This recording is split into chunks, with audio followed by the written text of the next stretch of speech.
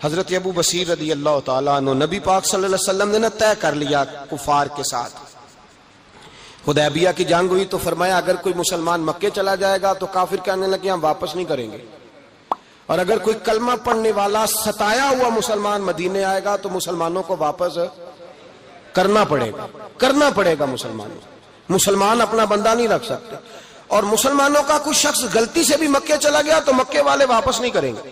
حضرت ابو بصیر رضی اللہ تعالیٰ عنہ صحابی تھے، باپ نے بھائی نے محلے والوں نے قید کیا ہوا تھا کلمہ پڑھنے کی وجہ سے، پیروں میں زنجیریں تھیں، بیڑیاں تھیں، کسی طریقے سے جیل توڑ کے دوڑے مدینے پہنچے. کہتے ہیں رستے میں کسی آدمی کے ساتھ گھوڑے پہ کچھ دیر بیٹھا پھر پیدل چلا. صحابہ کہتے ہیں اتنا دردناک منظر بڑا کم ہم نے دیکھا. ابو بصیر جس گلی سے گزرتے وہاں خون پھیل جاتا، ان کی ٹانگیں خون سے کٹتی، وہ زنجیریں بندھی ہوئی. در رسول پہ حضور میں بھاگ کے آیا ہوں. کہتے ابھی نبی پاک صلی اللہ علیہ وسلم ان کی بات سن ہی رہے تھے کہ پیچھے سے قریش کے 2 سپاہی بھی آ گئے. کہنے لگے یہ بھاگ کے آیا ہے اور آپ کا وعدہ تھا کہ آپ واپس کریں گے. چشم زدن میں ذرا سوچنا، چشم زدن میں تھوڑی دیر کے لیے غور کرنا کہ ہمیں ہمارا استاد ہمارا پیر دھتکار دے کہ جا دوڑ جا، تو کہتے ہیں بسم اللہ جناب یہ جا رہے ہیں. ایمان کی پختگی دیکھیں، اس نے تو ہمیں نکال ہی دیا جی، وہ کیسا بندہ ہے. یہاں تو کسی کے یہاں کوئی فاتحہ پڑھنے نہ جائے تو لوگ بگڑ جاتے ہیں. کہتے ہیں اس نے سلام نہیں لی، فاتحہ نہیں پڑھی، بس ختم، اس کو احساس ہی نہیں.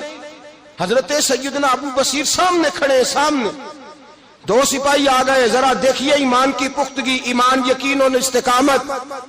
امام بہقی نے دلائل کے اندر لکھا ہے، فرماتے ہیں نبی کریم صلی اللہ علیہ وسلم نے ان کی طرف دیکھا تو حضور کی مقدس آنکھیں آنسوؤں سے بھر گئیں. حضور نے فرمایا ابو بصیر تیری تکلیف مجھے نظر آ رہی ہے پر میں نے وعدہ کیا ہوا ہے، میں نے وعدہ. بھائی یہاں ڈٹ کے رہنا بڑا مشکل ہے، یہاں قائم رہنا بڑا کٹھن مرحلہ ہے. یہاں آزمائش کے موقع پر دین پر انہوں نے تو رکھا ہی نہیں. لوگ تانے دیتے ہیں، باتیں کرتے ہیں، رکھا ہی نہیں، تو پھر ان کا بنتا ہے. حضور نے فرمایا تجھے جانا پڑے گا. صحابہ کہتے ہیں پورے مدینے میں ایسے تھا جیسے سوگ کا سما ہو. جب وہ 2 سپاہی حضرت ابو بصیر کو پکڑ کے لے جا رہے تھے تو وہ پلٹ پلٹ کے پیچھے دیکھتے تھے، پلٹ پلٹ، پیروں میں خون ہے، آنکھیں آنسوؤں سے بھری ہوئی. فرماتے ہیں جب وہ پلٹ رہے تھے تو مدینے کی گلیاں بھی رو رہی تھی. میرے نبی پاک جب وہ آنکھوں سے اوجھل ہو گئے تو حضور بیٹھ گئے زمین پہ. نبی پاک نے رونا شروع کر دیا. فرمایا اللہ تو نے اس شخص کی مدد فرمانی ہے، اس پر کرم کرنا ہے، اللہ اس کا خیال فرمانا. اس کے لیے دعا کی. حضور روئے. حضرت ابو بصیر باہر نکلے تو وہ جو کافر تھے نا وہ کہنے لگے تو بڑا بنتا تھا ان کا، انہوں نے تجھے رکھا نہیں، تجھے رکھا بھی نہیں. تو حضرت ابو بصیر نے تھپڑ مارا منہ پہ. کہنے لگے میں وہ نہیں جو تھوڑی سی بات سے بدل جاؤں. ایمان، یقین اور استقامت کی دولت ملی ہوئی ہے. آپ فرمانے لگے میرا تو ایمان اور پختہ ہو گیا ہے کہ میرا نبی اپنے وعدوں کا بڑا پابند ہے، میرا رسول اپنے وعدوں کا بڑا پابند ہے. حضرت ابو بصیر کہتے ہیں مدینے کی سرحد گزر گئی تو میں نے کھینچی تلوار، ان میں سے ایک سپاہی، اب آؤ میرے مقابلے میں جس نے آنا. ایک کو مارا، دوسرا بھاگ گیا. فرماتے اب میں مکے جا نہیں سکتا تھا، جاؤں گا تو وہ زیادہ ماریں گے. مدینے حضور نے قبول نہ فرمایا. فرماتے ایک جنگل میں جا کے العیس نام کی ایک بستی تھی، وہاں ڈیرا لگا لیا. دریا کے کنارے پانی پی لیتا، پتے کھا لیتا. تن تندور ہڈاں دا بالن تے اسی ہاواں نال تپایا. کپ کپ مکیاں پیڑے کیتے تے اتوں صبر پلیتھن لایا. تن دی ہانڈی تے من دا سالن اتے لون صبر دا پایا. غلام فریدا وے میں ساری تیری، غلام فریدا وے میں ساری تیری، تینوں اجے یقین نہیں آیا. فرماتے سالوں پتے کھائے، اب جو بھی وہاں سے تنگ ہوتا وہ میرے پاس آ کے پناہ لیتا. جس کو مکے والے مارتے میرے پاس آ کہتے ہیں، تانے دینے والے آ کے کہتے ہو تم کس طرح کے نوکر ہو، تمہیں تو انہوں نے رکھا ہی نہیں. ہم نے کہا چپ کر جا، وہ ہمارے آقا ہیں، وہ ہمارے آقا ہیں. رکھیں تب بھی ٹھیک ہے، نہ رکھیں اللہ اکبر. ایمان دیکھو، قوت دیکھو. جیڑیاں خصماں دی وچ رضا وسن بھاگ جاگ جاندے انہاں گولیاں دے تے میں گڈی ہتھ ڈور سجن دے. او جنج رکھے اونج رہنا ہے، واجب نہیں جے وچ شریعت مندہ خصم نو کہنا. فرمایا بس ٹھیک ہے، جس طرح حضور راضی ویسے ہی ہم راضی. حضرت ابو بصیر رضی اللہ تعالیٰ عنہ کے پاس 300 صحابہ کٹھے ہو گئے.